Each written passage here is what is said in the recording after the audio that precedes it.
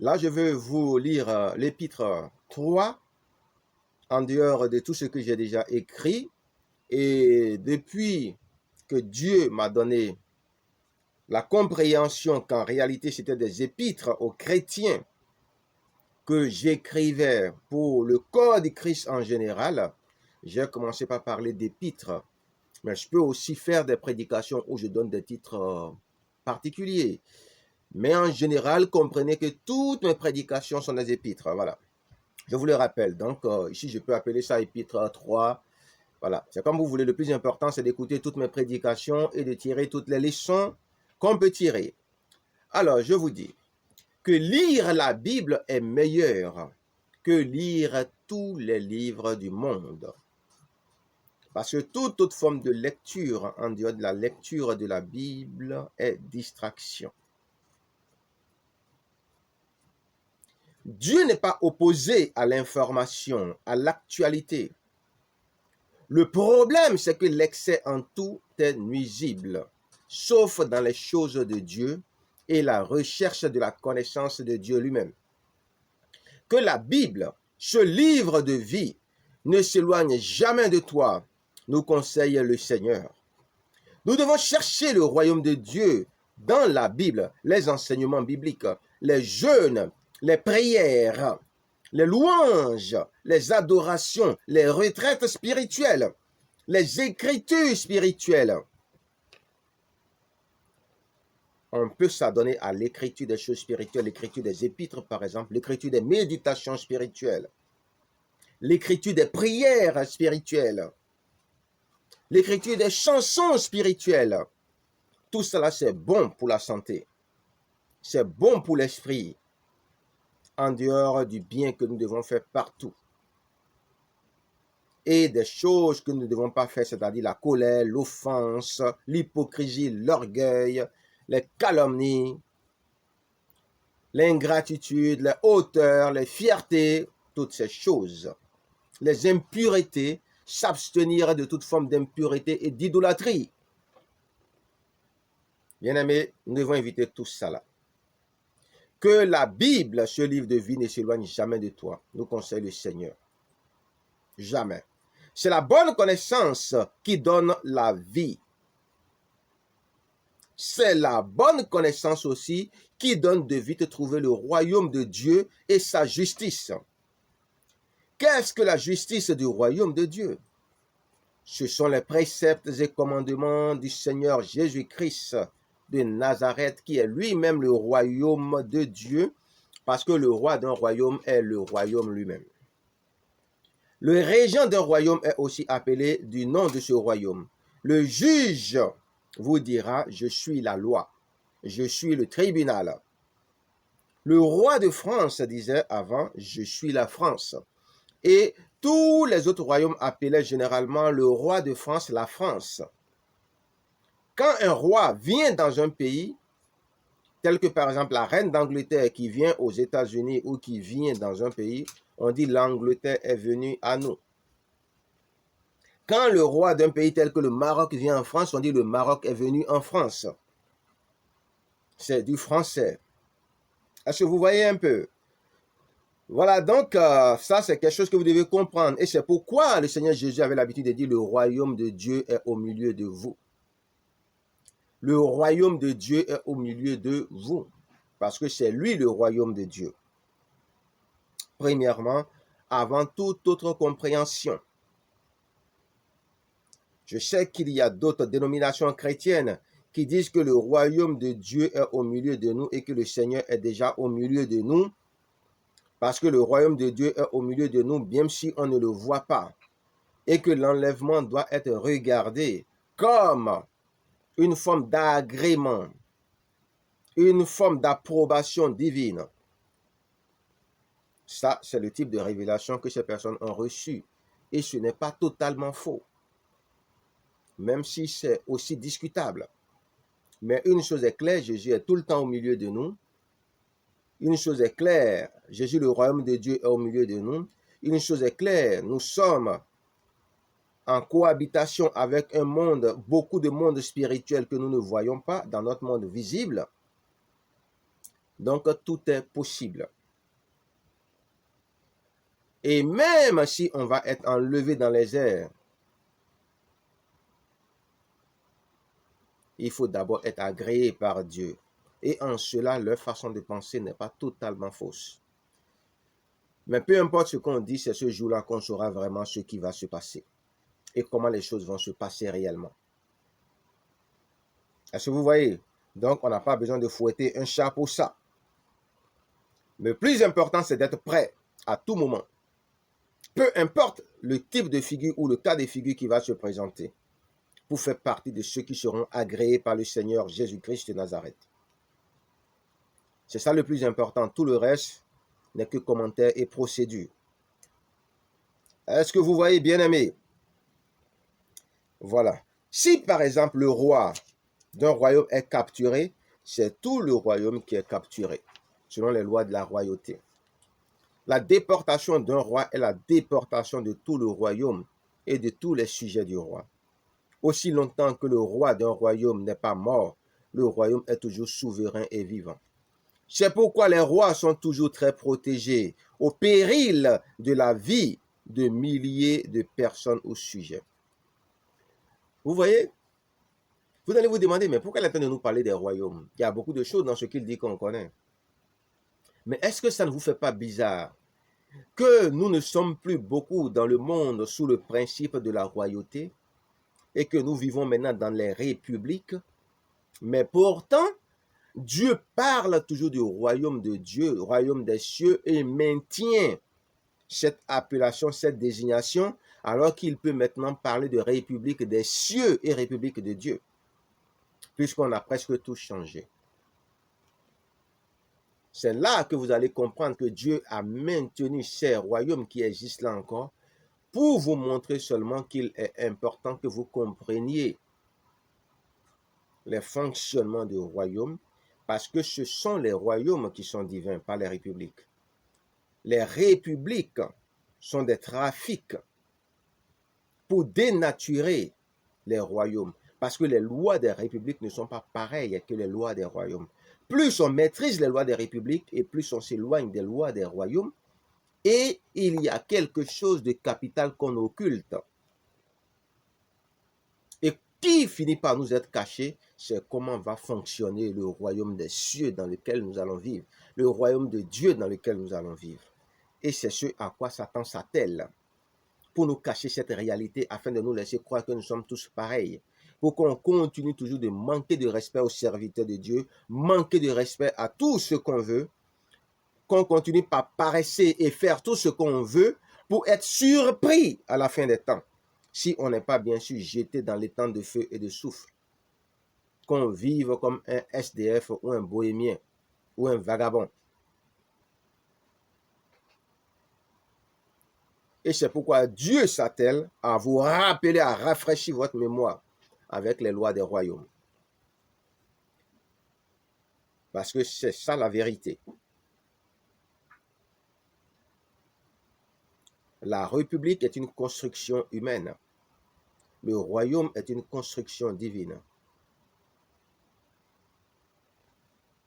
C'est pourquoi les rois sont toujours protégés au péril de la vie de milliers, de millions de personnes, de sujets.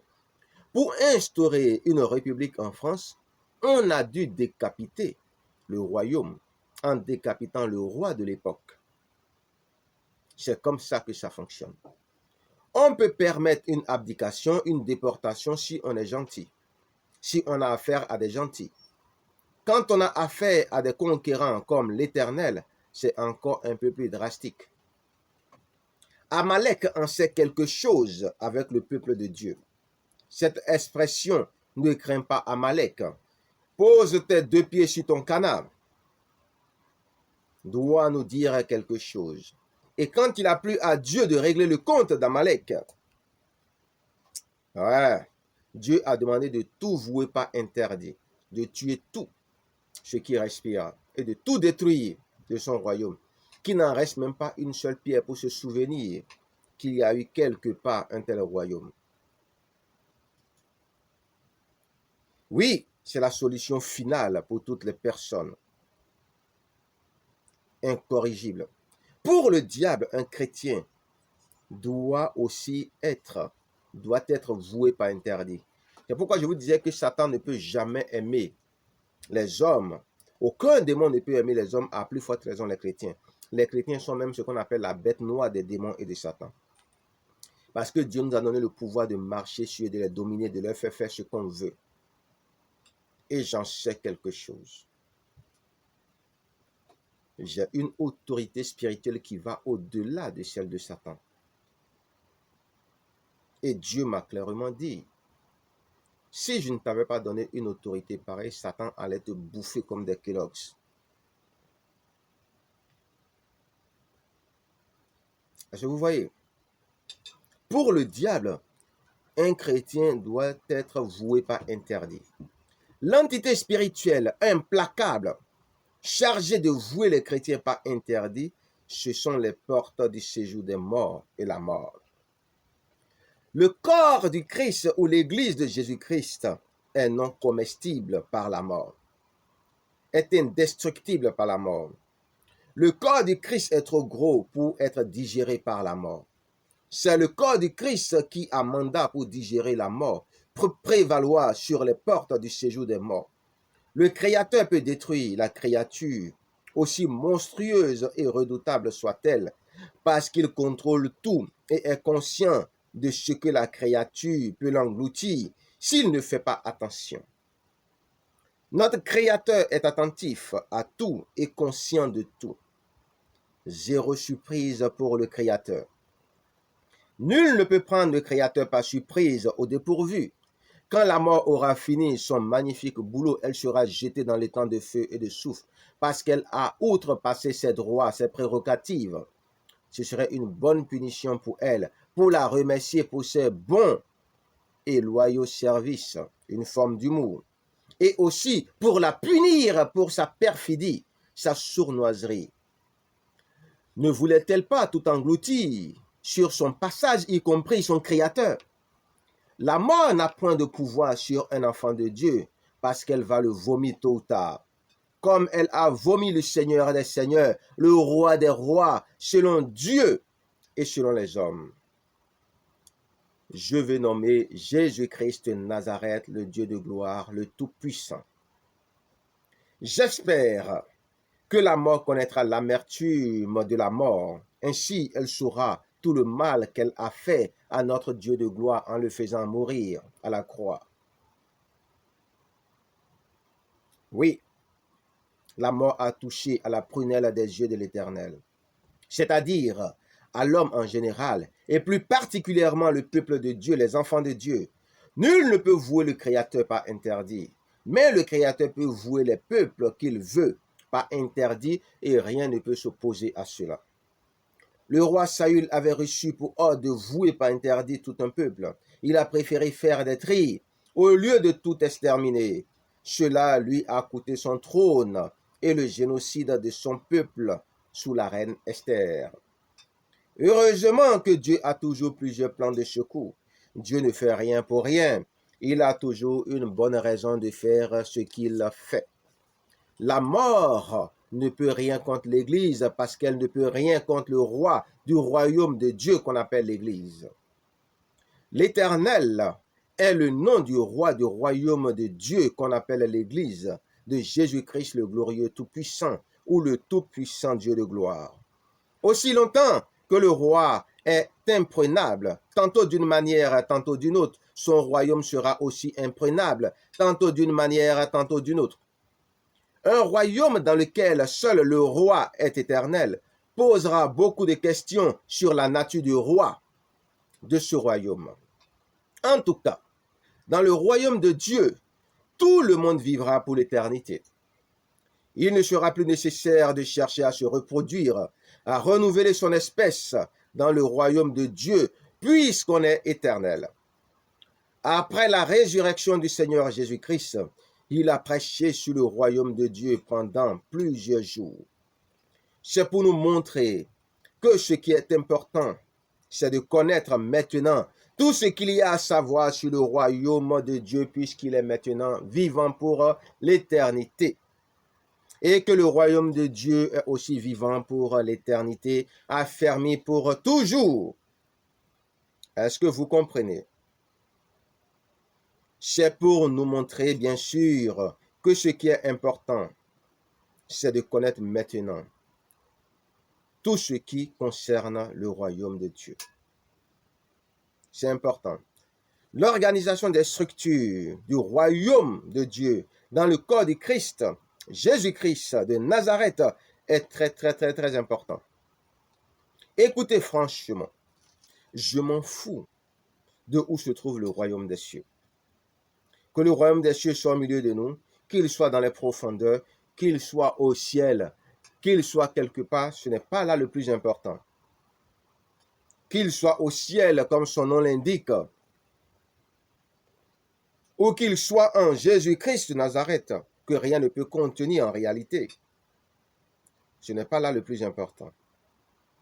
Et je vais vous expliquer pourquoi je ne suis pas trop pressé de savoir où cela va se faire et comment on va y aller. Le plus important est qu'on y aille. Le plus important est qu'on soit agréé par Dieu. Le plus important est qu'on ne soit pas rejeté par le Seigneur Jésus-Christ devant Dieu son Père. Le plus important est qu'on soit reconnu par le Seigneur Jésus-Christ comme ses frères, ses amis, ses sujets, ses propriétés. Et qu'on n'aille pas brûler dans les temps de feu et de soufre. Le royaume des cieux en tant que cité m'importe peu. Le royaume de Dieu en tant que le Seigneur Jésus-Christ de Nazareth m'importe au paroxysme, m'importe beaucoup, m'importe de tout mon cœur. Parce que si tu as Jésus, tu as tout. Si tu n'as pas Jésus, tu es zéro. Oui, c'est un non-événement pour moi de savoir comment nous allons être enlevés par le Seigneur Jésus-Christ ou ce que signifie être enlevé par le Seigneur Jésus-Christ. Ce qui importe, c'est de faire partie des enlevés. C'est ce qui importe. Que ce soit en bateau, en voiture, que ce soit en bateau, en voiture, par train ou par avion, par fusée ou soucoupe volant, ce n'est pas important. Ce qui est important, c'est ça. Non-événement. Un non-événement. C'est un non-événement. C'est Jésus-Christ qui m'intéresse. Et comment faire pour lui être agréable? Comment faire pour être sûr qu'il ne va pas me renier, qu'il ne va pas me rejeter après mes bons et loyaux services, si vraiment ce sont des bons services? C'est ça le plus important. Et c'était ce qui préoccupait l'apôtre Paul aussi quand il était vivant. C'est vrai, nous donnons des révélations, mais le plus important, c'est ça. Comment faire pour ne pas être rejeté? Est-ce que vous voyez? Mais comment Jésus-Christ va venir nous chercher, ce n'est pas important, mais ce qui est sûr, il viendra nous chercher. Comment on va faire pour être avec le Seigneur Jésus-Christ? C'est ce qui est important. Mais ce n'est pas, est-ce que ça dit de quelle façon? Non, ça, ce n'est pas important. Est-ce que vous voyez un peu, bien aimé? Donc, concentrez-vous sur l'essentiel et non sur les distractions et les polémiques inutiles. Ce que je veux dire, c'est que nous devons toutes les secondes être prêts à l'avènement du Seigneur Jésus-Christ de Nazareth dans la gloire de Dieu notre Père. Parce que les Écritures sont claires, le Seigneur Jésus-Christ viendra dans la gloire de Dieu le Père. Il viendra en tant que Dieu le Père, c'est ce que ça signifie. En tant que le Tout-Puissant, en tant que le Dieu de gloire, ou le Dieu tout glorieux. Est-ce que vous voyez? Ce jour-là, est-ce que vous serez prêts? Préparez-vous, Jésus revient bientôt. Maranatha. Vous devez être prêts à tout moment, à chaque seconde. Vous assurez, c'est pourquoi il ne faut jamais renoncer au Seigneur Jésus-Christ. Peu importe ce dans quoi vous êtes, peu importe ce que vous vivez, peu importe ce que les gens disent de vous, ne renoncez jamais. à votre foi dans le Seigneur Jésus-Christ de Nazareth. Parce que quiconque se confie dans le Fils n'est jamais confus ou confondu. Le Seigneur Jésus-Christ seul sait en vérité comment il va rassembler ses brebis dans un seul enclos. Cela peut aller d'une seule manière à une complexité de manières. Je connais plusieurs personnes qui ont connu le processus de l'enlèvement dans les airs. Des personnes qui ont décollé de la terre comme des fusées pour se trouver dans le ciel. D'autres dans le royaume des cieux. D'autres ont pris des ascenseurs spirituels. D'autres ont disparu et en un clin d'œil se sont retrouvés au paradis de Dieu. D'autres ont grimpé des cordages pour se retrouver dans le royaume des cieux. Certains chrétiens ont connu l'expérience des mots de passe et des codes pour passer des portiques et aller dans le royaume des cieux.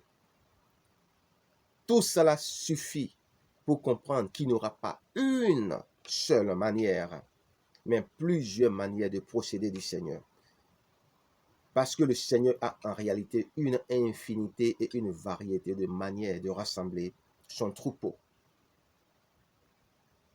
Je peux seulement vous dire que peu importe qu'on soit enlevé physiquement dans les airs ou qu'au lieu de cela, on est seulement reconnu par le grand Dieu de gloire, le plus important, c'est d'être prêt à tout type de scénario en faisant de l'Éternel nos délices. Ne reniez surtout jamais le Seigneur Jésus-Christ. Peu importe combien vous êtes impur, peu importe tout ce qu'on peut vous reprocher, ne reniez jamais le Seigneur Jésus-Christ de Nazareth. Confessez sans cesse Jésus-Christ de Nazareth, le Dieu de gloire. Confessez publiquement le Dieu de gloire, Jésus-Christ le Tout-Puissant. Ne vous associez pas à ceux qui critiquent le Seigneur Jésus-Christ, parce que ce sont des formes de renonciation. Quiconque a de l'intelligence doit préférer la mort au renoncement de notre Seigneur Jésus-Christ de Nazareth. N'oubliez pas que quand on juge une personne présumée coupable selon Dieu, on peut l'innocenter, la trouver non coupable. À quoi ça sert de juger si déjà tout le monde est condamné? S'il y aura jugement, c'est qu'il y aura des acquittés et il y aura des coupables. Sinon, Dieu est hypocrite. Et notre Dieu n'est pas hypocrite et nous le savons. Parmi ceux qui seront ressuscités à la seconde résurrection et qui seront tous jugés, sans exception, devant le grand trône blanc de notre Seigneur et Dieu de gloire, Jésus-Christ de Nazareth, beaucoup seront acquittés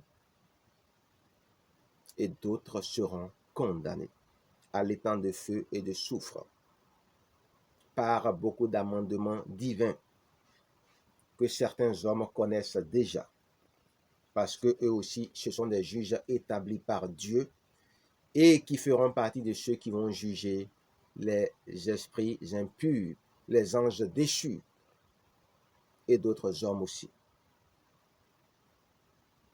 Au nom de Jésus-Christ de Nazareth. Oui, quiconque a de l'intelligence doit préférer la mort au renoncement de notre Seigneur Jésus-Christ de Nazareth. Ça, c'est très important. Très important. Les choses spirituelles ne sont pas aussi logiques qu'on peut le croire. Tout est présumé. Tu es présumé coupable selon Dieu, selon le tribunal de Dieu, même si on peut te déclarer non coupable ou te gracier. C'est pourquoi vous allez ressusciter à la seconde résurrection. Ceux qui ne sont pas présumés coupables sont ressuscités à la première résurrection pour profiter du millénium. Et c'est ceux uniquement qui ont le Saint-Esprit. Tout le reste, c'est à la seconde résurrection et ils seront tous jugés, qu'ils aient confessé le Seigneur Jésus-Christ ou pas.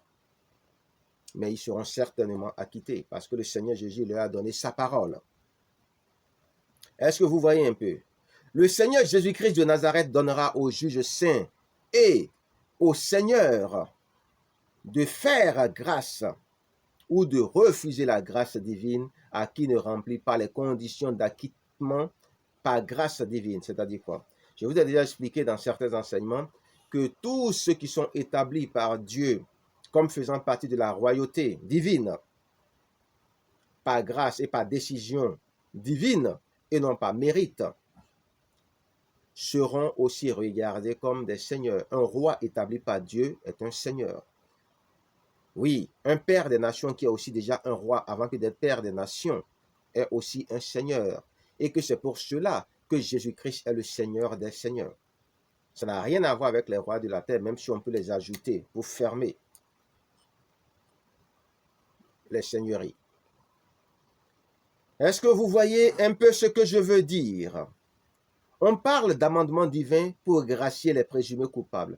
Beaucoup seront acquittés ou graciés, mais d'autres hommes vont brûler dans les temps de feu et de soufre. Et Dieu a rappelé cela encore par prophétie, que des hommes vont brûler dans les temps de feu. Voilà. Donc, c'est à vous de commencer par faire attention à ce que vous faites. Si vous pensez que ce sont les démons seuls qui vont brûler et que après tout, Dieu va vous faire grâce, vous vous trompez. Beaucoup d'hommes vont brûler dans les temps de feu et de soufre. Tous les fraudeurs vont être arrêtés et punis dans les temps de feu et de soufre. Dieu voit tout et sait tout. Avec Dieu, on ne fraude pas. Avec les hommes, on peut frauder, mais avec Dieu, c'est impossible. Tous les fraudeurs seront arrêtés et punis par le Seigneur de gloire un jour choisi par l'Éternel. Aucun fraudeur ne peut connaître la paix tant qu'il n'est pas arrivé à destination dans le monde des hommes. Vous fraudez dans un bus ou vous fraudez dans le tramway ou dans le train, aussi longtemps que vous n'êtes pas arrivé à destination, vous n'êtes pas en paix. Parce que vous craignez que les contrôleurs surgissent. Mais avec Dieu, vous dites de toute façon, il n'est pas là. Alors que vous dites aussi, il est tout puissant, il est présent, il voit tout. Et pour vous montrer qu'il voit tout et qu'il était présent, il va vous punir, comme cela se doit. Parce qu'en vous comportant de façon indigne, alors qu'il vous voyait, vous qui dites qu'il est tout puissant, qu'il est tout présent, et en même temps qui vous êtes comporté comme s'il n'était pas présent, vous allez être brûlé, dit le Seigneur. Ce n'est pas moi qui le dis, c'est le Seigneur qui le dit. Aucun fraudeur ne peut connaître la paix. Comme Dieu voit tout et sait tout, il a déjà réuni les preuves contre tout fraudeur et attend le moment de le notifier, puis de sanctionner. Tout fraudeur qui sait que Dieu voit tout doit se repentir et arrêter de frauder. Il faut payer son ticket si on veut voyager en paix, dit le Seigneur. Ainsi, il faut être en règle avec Dieu et les choses de Dieu si on ne veut pas être reconnu fraudeur, escaladeur par le Seigneur Jésus-Christ, qui va vous sanctionner certainement. Je ne vous connais pas, vous qui commettez l'iniquité. Que signifie cette dure parole du Seigneur Jésus-Christ? Je ne vous connais pas, vous qui commettez l'iniquité. Le Seigneur Jésus-Christ ne reconnaîtra pas ceux qui commettent de l'iniquité. Qu'est-ce que de l'iniquité selon cette dure parole? Vous qui commettez l'iniquité. On peut dire, parmi tant d'autres façons de voir cette parole, de comprendre cette parole, puisque la révélation est inépuisable, que c'est chaud pour les iniques. Parce que la parole dure dedans, c'est le mot iniquité. Iniquité. Le Seigneur Jésus-Christ dit qu'il va renier devant son Père et son Dieu tous ceux qui commettent l'iniquité. Qui ne connaît pas et qui ne connaîtra pas ou reconnaîtra pas ceux qui commettent de l'iniquité? Là, c'est vraiment chaud. C'est très, très chaud. Qui va nous délivrer de tout ça? Quiconque commet l'iniquité est en plein dedans, dans cette vérité. Je ne vous connais pas, vous qui commettez l'iniquité. Toutes les autres paroles autour n'ont pas d'importance. La parole centrale est la suivante. Je ne vous connais pas, vous qui commettez l'iniquité. Si tu commets l'iniquité, alors le Seigneur Jésus-Christ ne te connaît pas. Peu importe que tu es devant les hommes et les fidèles de ton Église. Que signifie cette parole dure à entendre? Iniquité. C'est certain que l'iniquité est un péché. C'est quel type de péché alors? C'est un péché qui souille le cœur. L'inique est une personne qui a un cœur corrompu. L'iniquité est un péché intérieur à l'homme, alors que beaucoup d'autres péchés sont extérieurs. Selon que les apôtres disaient, quoi que vous faites, ça peut être extérieur à vous, mais l'impudicité est intérieure à vous. C'est pourquoi il disait, abstenez-vous de toute forme d'impudicité, d'impureté. L'iniquité, c'est de l'impureté spirituelle. C'est un péché qui souille le cœur. L'inique est une personne qui a un cœur corrompu, pollué, souillé, qui n'est pas agréable au Seigneur. N'oublions pas que nous devons garder notre cœur pur plus que toute autre chose. J'espère que nous n'avons pas oublié que Dieu regarde les cœurs et les reins, sonde les cœurs et les reins. Nous savons que Dieu insiste pour que nous gardions au moins notre cœur pur. Faisons très attention à l'iniquité qui ouvre les portes de nos cœurs à la corruption et aux autres formes de corruption. C'est le moyen de péché ou la voie de péché la plus dangereuse, car elle est intérieure à nous et non extérieure. Tout péché est un péché, certes, mais les péchés intérieurs à nous irritent beaucoup le Saint-Esprit de gloire, outragent beaucoup le Saint-Esprit de gloire. L'Esprit Saint de notre Père éternel. N'outrageons pas le Saint-Esprit par nos iniquités. Quiconque cependant remplit une seule et bonne condition échappe au jugement de la condamnation divine. N'est-ce pas formidable que quiconque remplit la condition incontournable exigée par Dieu le Père au nom de Jésus-Christ échappe à cette condamnation? Quelle est cette bonne nouvelle? Devenir enfant de Dieu.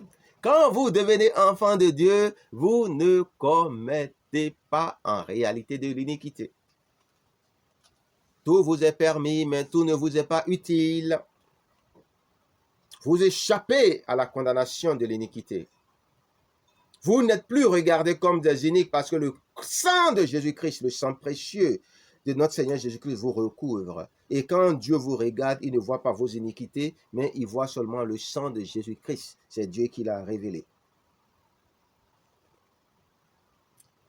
Devenir enfant de Dieu vous épargne du châtiment divin. L'enfant de Dieu est en général l'heureux à qui l'Éternel n'impute aucun péché. L'enfant de Dieu est l'heureux homme en général en qui l'Éternel n'impute aucun péché. Comme Dieu est souverain, il peut aussi souverainement décider aucun péché à qui bon lui semble. Il peut aussi décider de n'imputer aucun péché à qui bon lui semble. Il fait ce qu'il veut.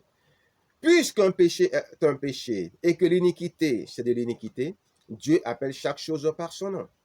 La question ici est de savoir si vous êtes couvert par le sang de Christ, si vous êtes revêtu de la gloire du Seigneur Jésus-Christ, si vous êtes revêtu de la vie du Seigneur Jésus-Christ de Nazareth. Quiconque les bénéficie d'une indulgence plénière divine, pour ainsi dire échapper à la colère à venir, au châtiment divin, à la punition de la fin des temps, oui, à l'holocauste de la fin des temps. Je vous assure que l'holocauste de la fin des temps sera la consommation des démons et des hommes que Dieu reconnaîtra indignes. Ne savons-nous pas que les enfants de Dieu en Christ vont juger les esprits impurs et les non-enfants de Dieu? C'est ce que l'apôtre Paul voulait dire quand il disait que les saints vont juger les anges. Les anges déchus seront jugés par les juges chrétiens établis par Dieu en Christ. Ces juges chrétiens existent bel et bien, même s'ils ne sont pas habillés comme les magistrats du monde. Ce ne sont pas tous les chrétiens qui vont juger les anges déchus et les méchants selon Dieu. Ce sont les rois juges que Dieu a lui-même établis du milieu de ses enfants, de ses princes et princesses, par grâce et non par mérite. Tout est grâce avec Dieu au nom de Jésus-Christ de Nazareth. Nul ne doit s'enorgueillir de sa position dans le Seigneur. Prenons garde à la manière dont nous sommes assis, de peur que nous ne tombions. Prenons garde à la façon dont nous marchons, de peur que nous ne trébuchions. Cependant, nous sommes ce que Dieu, au nom de Jésus-Christ, a dit que nous sommes. Nous sommes ce que Dieu, au nom de Jésus-Christ, a dit que nous sommes. Chacun de nous est ce que Dieu, au nom de Jésus-Christ, a dit qu'il est. Même si nous n'avons pas à nous enorgueillir de notre position spirituelle dans le Seigneur, nous devons prendre toute la mesure de ce que nous sommes dans le Seigneur. Est-ce que cela est mauvais? Est-ce que c'est aussi parce que tu es juge par grâce que tu dois gracier tout le monde, y compris les démons?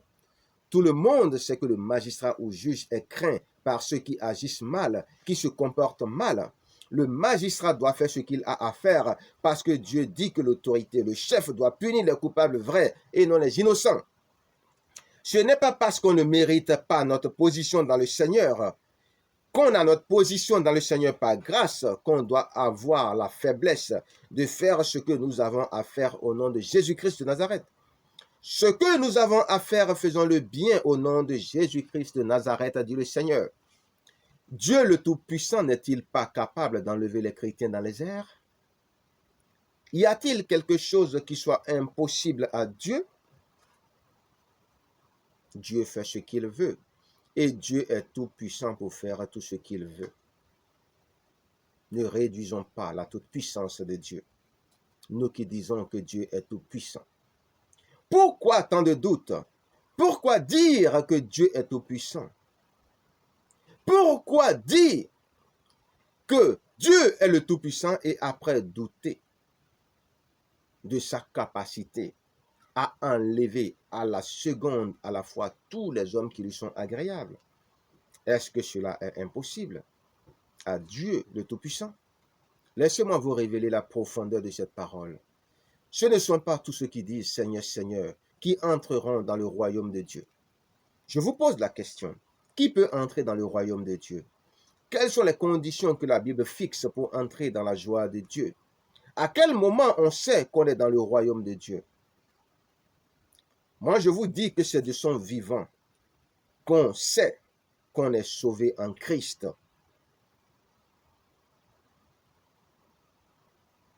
Est-ce que vous comprenez cela? Quand on a le Saint-Esprit, tout de suite, on sait déjà qu'on est sauvé et qu'on va ressusciter à la première résurrection. Mais quand on n'a pas le Saint-Esprit, c'est là qu'on doute, qu'on se pose des questions.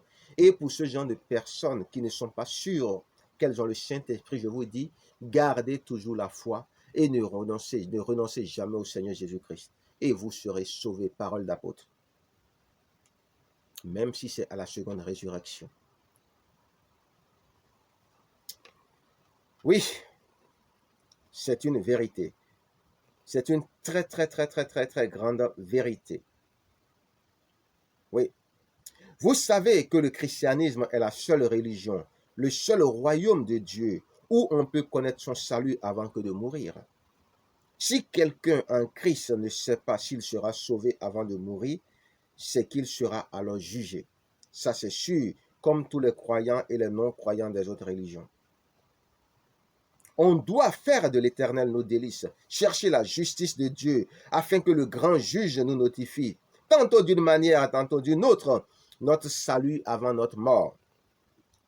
Dans tous les cas de figure, persévérez dans la foi en Jésus-Christ de Nazareth. Gardez la foi en Jésus-Christ de Nazareth. Ne cessez jamais de croire en Jésus-Christ de Nazareth si vous voulez échapper à l'étang de feu et de soufre.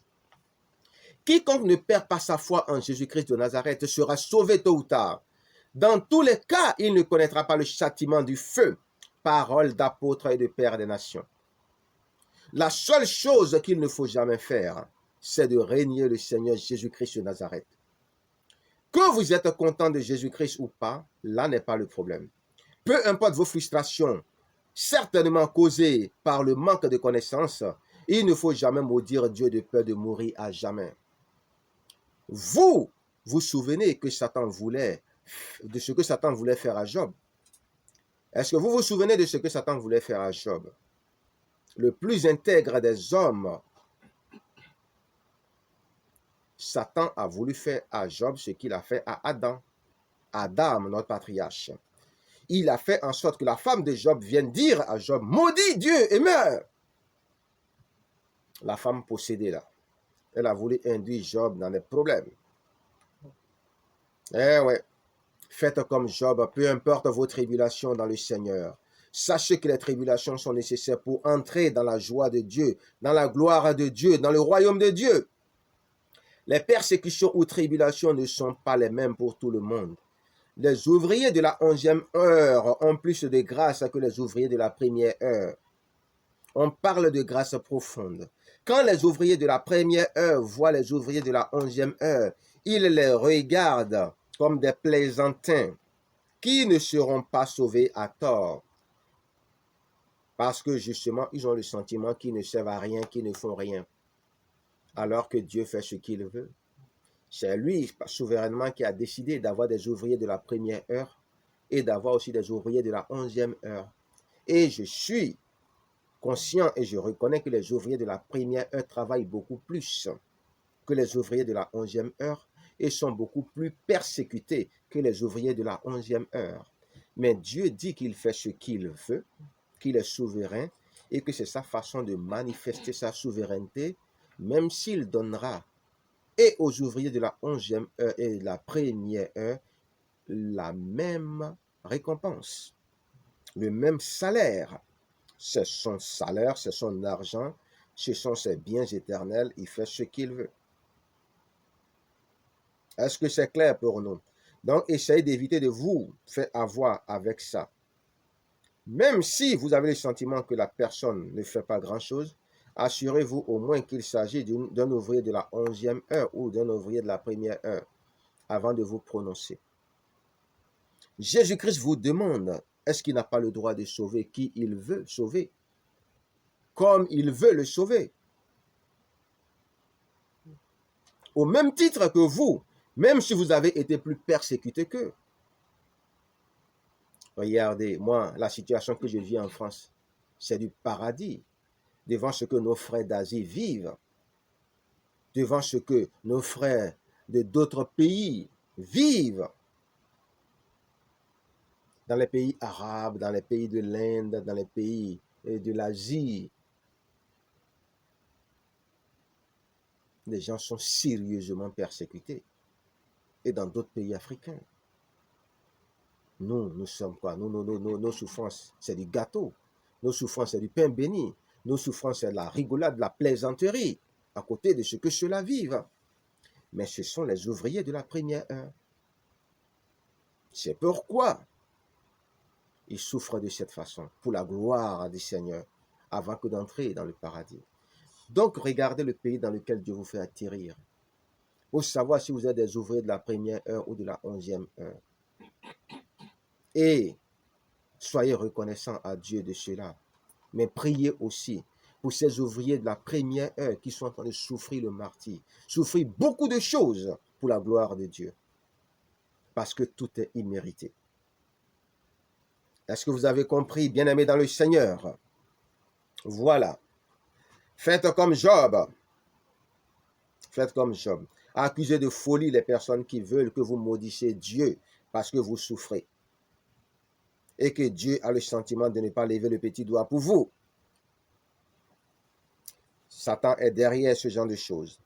Les persécutions ou tribulations ne sont pas les mêmes pour tout le monde. C'est vrai.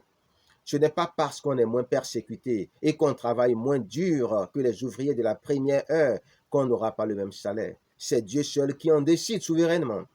Dieu fait toutes choses pour sa gloire et sa souveraineté.